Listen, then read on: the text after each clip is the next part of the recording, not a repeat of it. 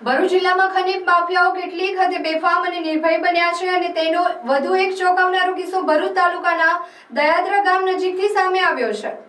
પ્રાપ્ત માહિતી અનુસાર ભરૂચ તાલુકાના દયાદરા ગામ નજીકથી ગેરકાયદેસર રીતે રેતી ભરીને એક હાઈવા ડમ્પર પસાર થઈ રહ્યું હતું।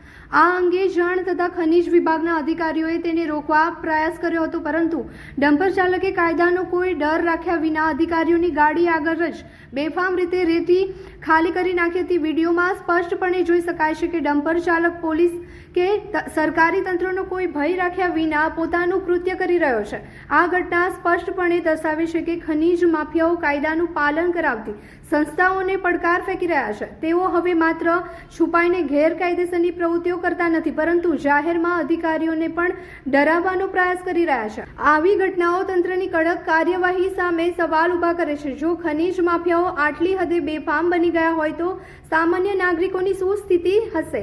આ ઘટના બાદ તંત્ર દ્વારા આવા બેફામ તત્વો સામે કડકમાં કડક પગલાં ભરવાની જરૂર છે, જેથી ભવિષ્યમાં આવા કિસ્સાઓનું પુનરાવર્તન ન થાય।